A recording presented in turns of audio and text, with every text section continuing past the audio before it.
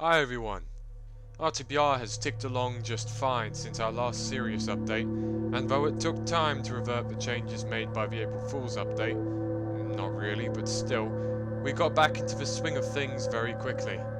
We've got big things to show today and some nice map progress as we continue to refine Chapter 1 in preparation for a release. In light of complaints about having to scroll through too content-rich an update, we've made sure to make the renders and images in this article a little easier to digest. Welcome to the June 2019 update. Let's get started. Firstly, I'd like to announce that the RTBR team, as usual, has increased in size since the last update. Green Alexander, our new hard surface modeler, Scorley, our new mapper, who will be working on the Wasteland of Chapter 2, Robert Zaghi, who is our character concept artist and whose work you'll be seeing later in the update, and Peeps4321, who is working on animating some of the custom creatures we've got in the mod. All of them have already done great work on the team, and while some of it's not ready for public showing yet, we think they'll have great stuff to show by the next quarterly update. We teased some front shots of our new Recon Scanner in late April, and as promised, we've got more shots to show here. Our Recon Scanner was based off of a number of cut designs for the City Scanner, including the well-known Combot, but also being based off of more obscure scanner designs. We like how the melding of a variety of inspirations has resulted in a replacement for the City Scanner that matches the tonal style of the mod, whilst also being a familiar callback to iconic designs of the past. With most major areas in most maps already well detailed, lots of effort has been going into refinements into smaller but nonetheless important areas elsewhere. The underbelly of the Manhack arcade was desperately in need of attention, and this shot demonstrates the greatest of these improvements. We've never even shown this part of the arcade due to it being in so dire a state, but with recent improvements by our team, we think this and other areas have begun to shape up nicely. One of the biggest developments on the creature and character side of things has been the modelling of our own interpretations of the Combine soldiers. Extensively referring to cut concepts for the soldiers, Andy has created an imaginative and unique meshing together of numerous concepts into one cohesive whole. Our ordinary soldiers follow both the bug-eye design for them and the more grounded flak jacket design, whilst our Combine elites are suitably more armoured, their helmet taking inspiration both from the retail model Cyclops design and the Hayao Miyazaki inspired concept. We have plans for other Combine units like the Sniper, Combine Guard and Metro Cops, but the soldiers allowed us to establish a good baseline for the visual style of the remaining enemy types. They go in a very different direction to retail soldiers, but then so do most cut concepts, and we believe the unique take shown in these models will help them stand out from other recreations.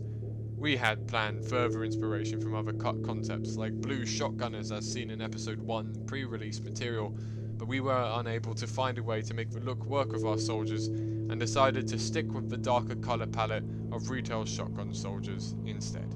The train station continues to receive regular attention, the detail within it being of paramount importance as the introductory map to the mod. Lots of work has been done to refine the relatively moody and uninteresting lighting around the map, as well as improve the interior brush details on walls and ceilings. More work is still being done to bring it closer to iconic concepts of the map, but as with all maps in the mod, great improvements are regularly taking place. With work picking up on Chapter 2 now, we decided it was time to revisit a fan favourite enemy from Half-Life 2, the Antlions. Whilst more variants, cut or otherwise, are on the way, these ordinary Antlions allow us to establish a baseline for the style of all of them.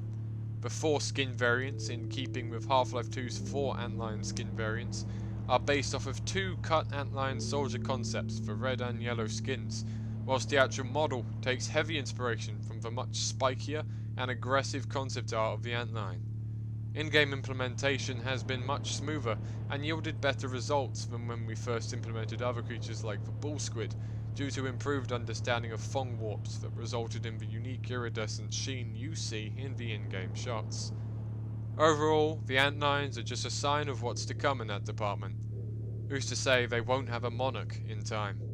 Terminal Plaza, like the train station, has been a regular focus for us. We wanted to meld a number of different concepts from various versions of the Plaza map into one that harkened back to many different periods of the Plaza's development cycle. We also decided to re-implement one of our oldest unique ideas, a console obelisk, a combination between the Breencast and the console pod. We're deciding whether to get a custom model for the obelisk like what was designed for the console pod or not, but for the time being, this gives the Plaza a nice, foreboding centerpiece to be placed around. Having developed our own storyline ideas for when the physics manipulator can become overcharged and deadly like the super gravity gun from Half-Life 2, we decided to make a variant of our physics manipulator accordingly. As you can see, it pulses with a menacing red glow, giving off a palpable feel of raw energy and power. Demian once more did a fantastic job capturing the nature of this esoteric weapon, and we know his future projects will continue to be perfect representations of some of the most unique parts of the cut contents arsenal. Finally, we'd like to show one of the finished character concepts created by Robert, our reimagining of Alex Vance, as inspired from Half-Life 2's pre-release concept art and her cut model. More character concepts have been drawn up already, and will likely be shown in the interim between now and the next quarterly update. Andy or another character modeler on the team will be using the concepts drawn up by Robert to create the body and accessories of whichever character they might be modeling. We'll then be working extensively with Half-Life 2's base head meshes regarding retextures and facial flexes, to ensure none of Half-Life 2's characters' iconic emotional range or look is lost in the new character models. That's all for this quarterly update. Before ending, there's 2 more roles we're looking for right now. 1, a programmer to help support the current workload, and 2, a competent detail mapper to help refine pre-existing maps and then build additional maps from the ground up.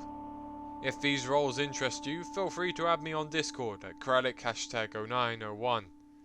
Thanks for listening, and we'll see you in September.